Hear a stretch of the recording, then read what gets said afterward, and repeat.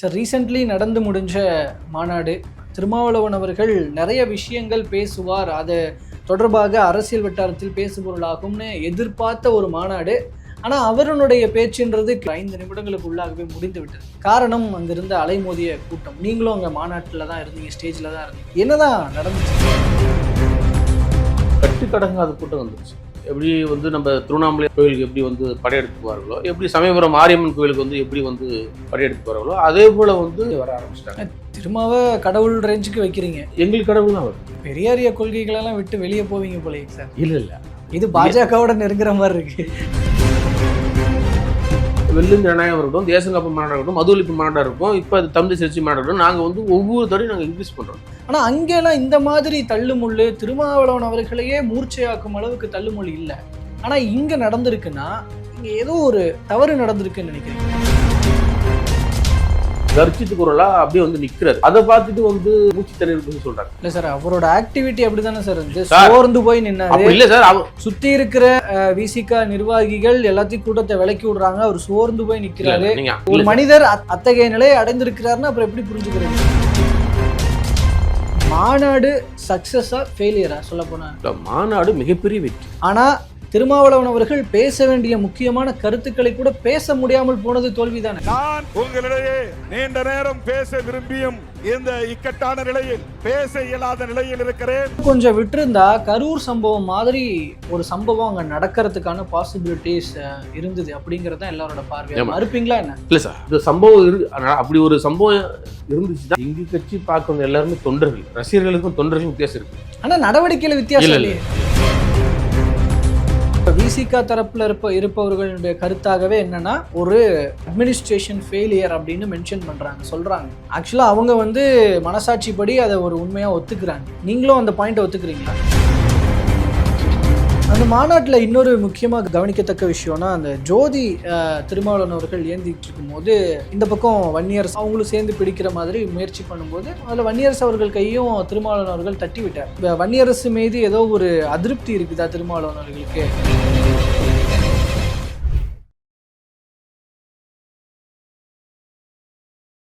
அனைவருக்கும் அன்பு வணக்கம். இன்றைய சிறப்பு நேர்காணலில் நம்மோடு விடுதலை சிறுத்தைகள் கட்சியைச் சேர்ந்த திரு இசையமுதன் அவர்கள் இணைந்திருக்கிறார். அவரிடம் தற்போது விசிகா தொடர்பான பல்வேறு விஷயங்கள் பற்றி பேசியிருக்கிறோம். பேசலாம் சார். வணக்கம். வணக்கம் சார். ரீசெண்ட்லி நடந்து முடிஞ்ச மாநாடு திருமாவளவன் அவர்கள் நிறைய விஷயங்கள் பேசுவார், அது தொடர்பாக அரசியல் வட்டாரத்தில் பேசுபொருளாகும்னு எதிர்பார்த்த ஒரு மாநாடு. ஆனால் அவருடைய பேச்சுன்றது கிட்டத்தட்ட சில நிமிடங்களுக்குள்ளாகவே, ஒரு 5 நிமிடங்களுக்குள்ளாகவே முடிந்து விட்டது. காரணம் அங்கிருந்த அலைமோதிய கூட்டம். நீங்களும் அங்கே மாநாட்டில் தான் இருந்தீங்க, ஸ்டேஜில் தான் இருந்தீங்க. என்னதான் நடந்துச்சுங்க சார்? சார், ஏதாவது ஒவ்வொரு பிறந்தநாள் விதமாக எப்பயுமே பெரியார் திடலில் நான் ஒரு அரங்க கூட்டமாக நாங்கள் வைப்போம்.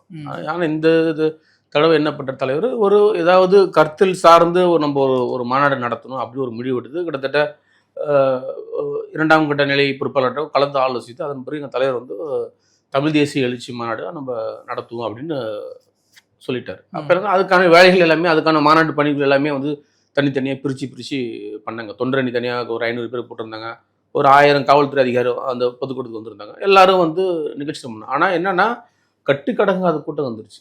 எப்படி நம்ம திருவண்ணாமலை ரமணா ஆசிரமம் போய் பார்க்கறது, சாமி தரிசனம் பண்ணுறதுக்கு எப்படி எவ்வளோ பக்தர்கள் வருவாங்களோ, எப்படி சென்னையிலேருந்து பாம்பன் சுவாமியில் இருக்கக்கூடிய அந்த அவருடைய கோயிலுக்கு எப்படி படையெடுத்து போவார்களோ, எப்படி சமயபுரம் மாரியம்மன் கோயிலுக்கு எப்படி படையெடுத்து போகிறார்களோ, அதே போல் ஊரா கிராமமாக எல்லாமே வர ஆரம்பிச்சிட்டாங்க.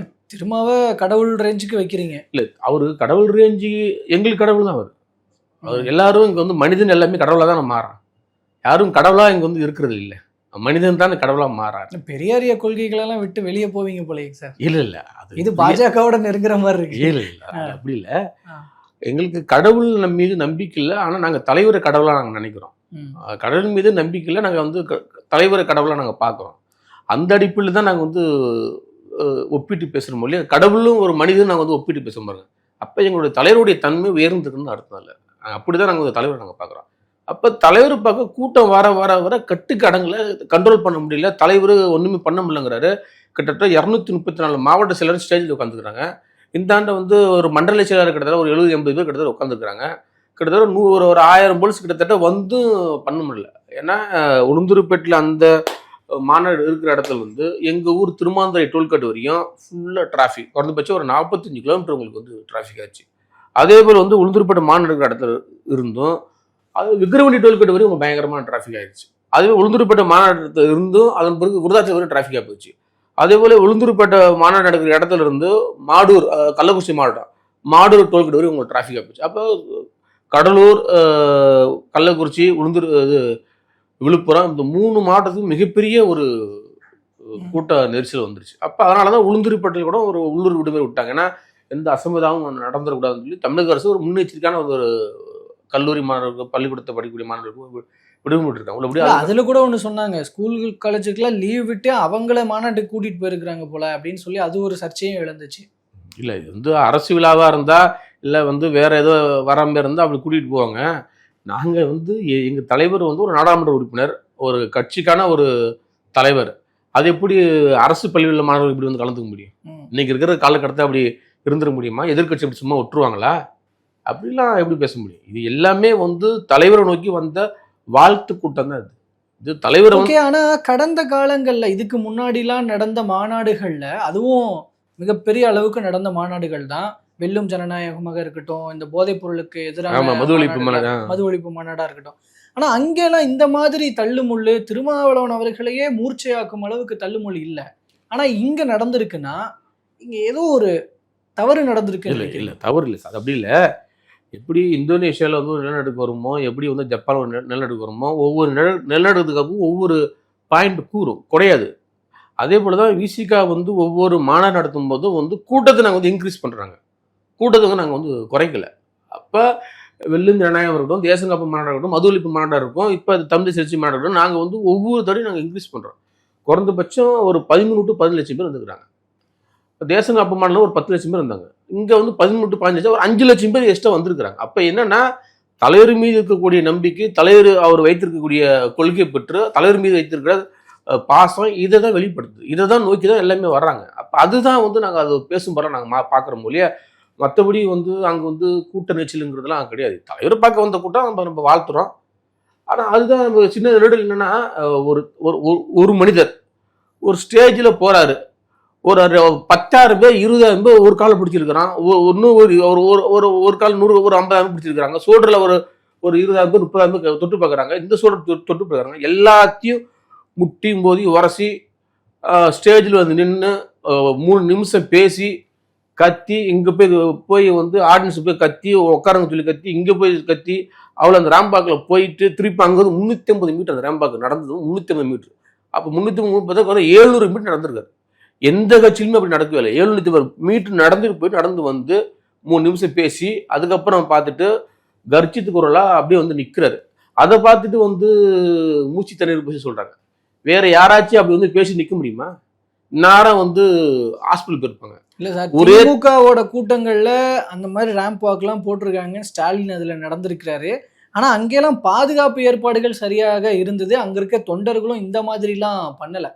இப்போ தொண்டர்கள் ஒரு தலைவரை நோக்கி பாசம் இருக்கலாம், மரியாதை இருக்கலாம், கடவுள் போல நினைக்கலாம், அது எதுவும் தப்பு கிடையாது. ஆனா அதற்காக அவங்களையே போட்டு பாடுபடுத்தும் அளவுக்கு அந்த பாசம் இருக்கிறது சார். அவருக்கு இன்னும் கொஞ்சம் போயிருந்தா அவர் மயக்கம் அடைஞ்சு சார். அவரு வந்து அவ்வளவு பேர்த்த தள்ளி முட்டி மோதி ஆண்முள்ள ஆண்மகனை வந்து நின்று கர்ஜித்தா இருப்பாருங்க, சிங்கமே கர்ஜித்தா இருப்பாருங்க. இதுக்கு மேல என்ன சார் வேணும்? உடனே வந்து மீடியாவில் சொல்றாங்க அவர் வந்து மூச்சு தலைவர் போச்சுங்கிறாங்க. யாராச்சும் சொன்னாங்களா? இல்லை தலைவர் போய் ஹாஸ்பிட்டலில் போய் சேர்ந்துக்கிட்டாரா?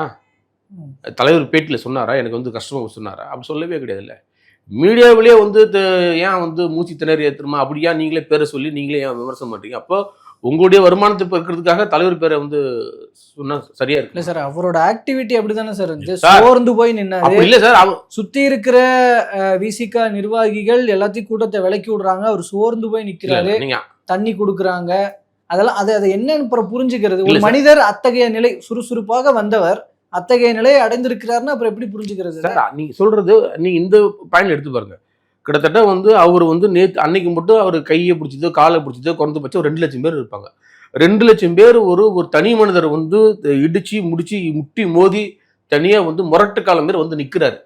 அப்போ அது வந்து நீங்க எப்படி வந்து சோர்ந்து பண்ண சொல்றீங்க? எப்படி வந்து நீங்க வந்து மூச்சு அடைச்சு போறாரு எப்படி சொல்றீங்க? எப்படி தண்ணீர் போயிடா நீங்க சொல்றீங்க?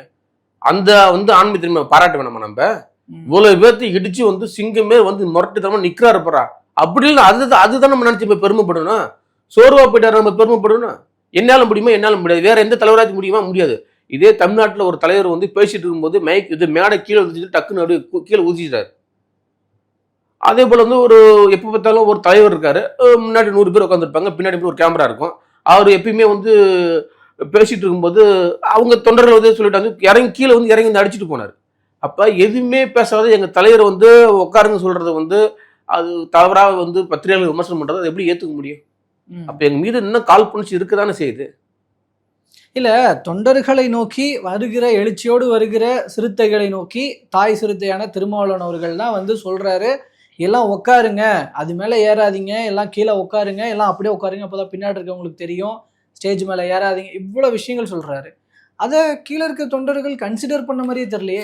அப்ப அவரோட பேச்சுக்கு அங்க மரியாதை இல்லையா? அப்படிதானே இல்ல நீங்க அப்படியே எடுத்துங்க சார். குறைந்தபட்சம் 100 ஏக்கர் எடுத்திருந்தோம் அந்த மாநாட்டு மேடைக்கு. நாங்கள் ஒரு 80 ஏக்கர் கிட்டத்தட்ட வந்து இதாச்சு. இதெல்லாம் வாகனங்கள் எடுத்தது இடம் வேணும். இடம் பத்தல சார். அதுதான் எங்களுக்கு இது இடம் பத்தல. அப்போ அடுத்த மாநாடு என்ன பண்ணோம், ஒரு 500 எப்படியாச்சும் ஏக்கர் நிலப்பரப்பில் தான் நாங்கள் வந்து மாநாடு நடத்தணும். வேற வழி கிடையாது. ஏன்னா கூட்டம் நிறைய வந்துருச்சு. எதுவுமே கட்டுப்படுத்த முடியல. யாரையும் நம்ம வர முடியாது சொல்ல முடியாது. அதுவும் தலைவர் பிறந்தநாள். தலைவர் பிறந்தநாள் அதுமா வரவங்கள வாங்க வாங்கன்னு வாழ்த்து சொல்லணும். அப்போ நீங்கள் வராதுன்னு சொல்ல முடியுமா? தலைவர் பிறந்தநாள் அதுமா தலைவர் தொட்டு பார்க்க முடியுமா அப்படின்னு ஆசைப்படுறான். அவன் வந்து நம்ம எப்படி வந்து தடுக்க முடியும்? தடுக்க முடியாதுல்ல. இல்ல ஆக்சுவலி மாநாடு சக்சஸா ஃபெயிலியரா சொல்ல போனா? மாநாடு மிகப்பெரிய வெற்றி. அந்த அளவுக்கு கூட்டம் வந்தது, எங்களுக்கு இவ்வளவு பலம் இருக்கிறது காட்டின வகையில் வெற்றி. ஓகே. ஆனா திருமாவளவன் அவர்கள் பேச வேண்டிய முக்கியமான கருத்துக்களை கூட பேச முடியாமல் போனது தோல்விதானே? இல்ல அப்படி இல்லை. இப்போ தலைவர் என்ன பேச வந்தாருங்கிறது எனக்கு தெரியும், விசிகாவில் இருக்கக்கூடிய தொண்டர்கள் எல்லாருக்கும் தெரியும். யாருக்கு தெரியாதுன்னா மீடியாவில் இருக்கக்கூடிய தொண்டர்களுக்கு தெரியாது. யாருக்கு தெரியாதுன்னா தலைவருக்கு எதிராக பேசக்கூடிய நபர்களுக்கு தெரியாது. இது 2 சப்ஜெக்ட் தான் தெரியாது. மற்றபடி அங்க மாநாடு, ஆனா அதை பண்ண வேண்டியது அதுதானே மாநாடோட நோக்கமே. உள்ள தீர்மானங்கள் இருக்கு, நம்ம எதை நோக்கி போக போறோம் அப்படின்னு திருமாவளவன் அவர்கள் அறிவிக்க வேண்டிய விஷயங்கள் இருக்கு. இதெல்லாம் பேசுறதுக்கு தானே மாநாடு. இல்ல சார், ஆனா அதை பேச முடியாம போகுது, அதற்கு தொண்டர்களே காரணமாகிறார்கள்ன்ற இடத்துல அது ஃபெயிலியர் தானே. ஏன் விசிக்கு அதை ஒத்துக்க மாட்டீங்களா? ஏன் நீங்க அதை ஒத்துக்க மாட்டேங்கிறீங்க? இல்ல மாநாடு எங்க மற்ற கட்சியில மாநாடு எப்படின்னு உள்ளபடி நமக்கு தெரியாது. எங்க கட்சியில மாநாடுங்கிறது ஒருத்தன் சென்னையில இருப்பான், ஒருத்தன் வந்து கன்னியாகுமரி இருப்பான், ஒருத்தன் சென்னையில இருப்பான், ஒருத்தன் வந்து தஞ்சாவூர் இருப்பான், ஒருத்தன் சென்னையில இருப்பான், ஒருத்தன் வந்து கிருஷ்ணகிரி தர்மபுரியில் இருப்பான். இவங்க எல்லாமே ஒன்று சேர்ந்து கட்சியோடைய நிகழ்வுகளை பகிர்ந்துக்கிறோம், தெரிஞ்சுக்கிறோம். இவங்க இந்த போஸ்டிங் நம்ம பார்த்துக்கிறோம். தலைவர் வந்து ஒரு மாவட்டத்தில் இருக்கக்கூடிய செய்தி மட்டும் சொல்லாமல் தமிழ்நாட்டில் இருக்கிற எல்லா மாவட்ட இருக்கக்கூடிய செய்திகளும் சொல்றாரு. இந்திய அரசியலும் மட்டும் சொல்லாமல் உலக அரசியலும் சேர்த்து சொல்றாரு. அந்த பார்வையை தான் நாங்கள் பார்க்கணும் இல்லையா? இது ஃபெயிலியர் ஆச்சு அப்படின்னு பார்த்தோம். அப்படி நாங்கள் நினைக்க எங்களுக்கு அது வெற்றி தானே. அது அழகா எங்க தலைவர் சொல்லியிருக்காருல்ல. இப்போ இனிமேல் வந்து நான் வந்து மண்டல வாரியாக நான் வந்து மாநாடு கூட்டம் நடத்த போகணும் அழகாக சொல்லியிருக்காரு. தீர்மானத்தை வந்து அழகாக சொல்லியிருக்காரு. தீர்மானம் எல்லா தீர்மானமும் இருக்குது, அது எல்லாம் இருக்குது. 136 தீர்மானங்கள் வந்து டேபிள் இருக்குது. அது வந்து பத்திரிகைகள் நாங்கள் விடப்படும், அது சோசியல் மீடியாவில் விடப்படும். அதை நீங்கள் வந்து ஃபாலோ பண்ணி சொல்லிட்டாரு. அப்போ தீர்மானம் நமக்கு எல்லாருக்கும் தெரியும், உங்களுக்கும் தெரியும், எனக்கும் தெரியும். அப்போ அது யாரும் மறுத்துவிட முடியல. அப்போ அந்த இடத்துல இன்னும் கொஞ்சம் விட்டுருந்தா கரூர் சம்பவம் மாதிரி ஒரு சம்பவம் அங்கே நடக்கிறதுக்கான பாசிபிலிட்டிஸ் இருந்தது அப்படிங்கிறது தான் எல்லாரோட பார்வை. மறுப்பீங்களா என்ன? இல்லை சார், அந்த சம்பவம் அப்படி ஒரு சம்பவம் இருந்துச்சு தான். ஆனால் தலைவர் அழகு தான், அதனால 2 நிமிஷம் அழகாக பேசி முடிச்சார். ஏன்னா இன்னொரு கரூர் சம்பவம் வந்துடக்கூடாது, நம்மளால வந்து ஒரு உயிர் எந்த உயிரும் போயிடக்கூடாது, எந்த பாதிப்பும் வந்துடக்கூடாது, நம்மளை நம்பி வந்த கூட்டம், நமக்காக வந்த கூட்டம், என்ன வாழ்த்து வந்த கூட்டம், அந்த பார்வை அவர் எடுத்துக்கிட்டு தான் அவர் எதுவுமே இல்லாமல் என்னோட உரையினா கூட பரவாயில்லன்னு அழகாக வந்து பேசி முடிச்சு அழகாக வந்து நிப்பாட்டிட்டாரு. அதன் பிறகு 2வது நாள் வந்து அழகாக வந்து ஒரு அவருடைய முகநூலில் வந்து ரொம்ப தெளிவாக கிட்டத்தட்ட 1.5 மணி நேரம் கிட்டத்தட்ட பேசினார். அந்த மாநாட்டில் என்ன பேசணுமோ அது ரொம்ப நீளமாக அழகாக அற்புதமாக பேசினார். அதனால எங்கள் தொண்டர்கள் எல்லாருக்குமே சக்ஸஸ், யாருக்குமே தோல்வி கிடையாது. நாங்கள் ஏமாந்து பார்க்கவே இல்லை. எல்லாரும் அந்த மாநாடு முடிஞ்சு போய் வந்து அவங்க செல்ஃப் எடுத்து போயிட்டு இருக்காங்க வீட்டு பக்கம். இல்லை, இப்போ விஜய் அவர்களை பார்க்க வருகிற இளைஞர்கள் கூட்டம் இந்த மாதிரி அவரு அங்க போட்டிருந்த ரேம்ப்பு அதெல்லாம் தாண்டி குதிக்கும் போது பவுன்சர்கள் தூக்கி போட்டது இதெல்லாம் பார்க்கும் பொழுது அதை விசிகாவும் கூட அதை எதிர்த்து இருந்தது. விசிகாவோட கருத்துக்களும் கூட ஏன் இப்படி இந்த மாதிரி ஒரு அரசியல் மயப்படுத்தப்படாத கூட்டம் இப்படி பண்ணுது அப்படின்னு கடுமையான விமர்சனங்கள் வச்சுது. இப்போ அதே தானே இங்க விசிகாவினரும் பண்ணியிருக்கிறாங்க. சொல்ல போனா அங்க இருந்ததை விட இங்க அதிகமாவே இருந்திருக்கு. இல்ல சார், அங்க விஜய்க்கு அவ்வளவு பிரச்சனை வரல, ஆனா அதுக்கான ஏற்பாடுகளும் கரெக்டா தான் இருந்தது. இங்க அதுலயும் ஃபெயிலியர். மோரோவர் இவர்களும் வந்து திருமாவளவர்களையும் போட்டு அவ்வளவு கஷ்டப்படுத்திட்டாங்க. அப்ப இங்க சிறுத்தைகள் கூட்டமும் இப்போ அரசியல் மயப்படுத்தப்படாம தானே இருக்கு. அப்ப அவங்கள மட்டும் தற்கூரின்னு சொல்றீங்க, அப்ப இங்க எப்படி இருக்கிறாங்கன்னு கேக்குறாங்க. அண்ணன் விஜய் அவர்களுக்கு வந்து பார்த்தவங்க வந்து அவருடைய ரசிகர்கள், அதை நம்ம மதிக்கிறோம், வாழ்த்துறோம். அது வந்து அவங்க கட்சி, அது அவங்க தான் அது பதில் சொல்லணும். எங்கள் கட்சி பார்க்க வந்து எல்லாருமே தொண்டர்கள், ரசிகர்களுக்கும் தொண்டர்களுக்கும் வித்தியாசம் இருக்குது. ஆனா நடவடிக்கையில வித்தியாசம் இல்லை இல்லை, அங்கே தான் நம்ம மாறுபடுறோம். அண்ணன் விஜய் அவர்கள் வந்து அவருடைய எப்படி அவர் சிரிப்பு நடிப்பு அதை பார்த்து அவர் ரசித்து வந்தவங்க. எங்கள்கிட்ட வந்தவங்க எல்லாமே எங்கள் தலைவருடைய கொள்கைகள் என்ன, எங்கள் தலைவருடைய சித்தாந்தம் என்ன, எங்கள் தலைவருடைய கோட்பாடுகள் என்ன, எங்கள் தலைவருடைய தொலைநோக்கு பார்வை என்ன, அதை நோக்கி நகர்ந்து வந்தவங்க. அதை நோக்கி நகர்ந்திருந்தா திருமாவளவன் அவர்கள் அவரை பேச விட்டு அவர் என்ன சொல்கிறார் அப்படிங்கிற வார்த்தைகளை காது கொடுத்து கேட்டிருப்பாங்க. இது தப்புனா நீங்க மறுக்கலாம். இல்ல இல்ல, கூட்டம் ரொம்ப அதிகம் சார். இது வந்து 100 பேர் கூட்டம் அதிகம் தான். இல்ல சார், மறுக்கல.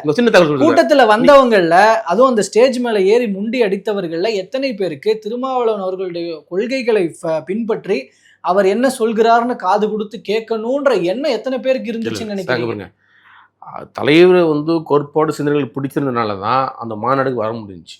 இல்லைன்னா அவரோட வந்திருக்க மாட்டாங்க. அப்போ பிறந்தநாள் அதுமா எப்படியாவது தொட்டு பார்த்துட முடியுமா அப்படி ஒரு ஏக்கம், பிறந்தநாள் அதுமா ஒரு வாழ்த்து பெற்ற முடியுமா அப்படி ஒரு ஏக்கம், பிறந்தநாள் அதுமா அவர் முகத்தை நம்ம பார்த்துட முடியுமா அப்படின்னு ஒரு ஏக்கம். இந்த ஏக்கங்கள் விளைவு தான் இவ்வளோ தூரம் ஒரு மிகப்பெரிய ஒரு சம்பவம் நடந்துருச்சு. அதுதான் எங்கள் தலைவர் ரொம்ப அழகாக வந்து இதெல்லாம் வேணாம் அப்படின்னு சொல்லி அழகாக வெளியே வந்துட்டார். எங்கள் தலைவர் 2 நிமிஷம் மட்டும் பேசிட்டு அழகாக வெளியே வந்துட்டார்.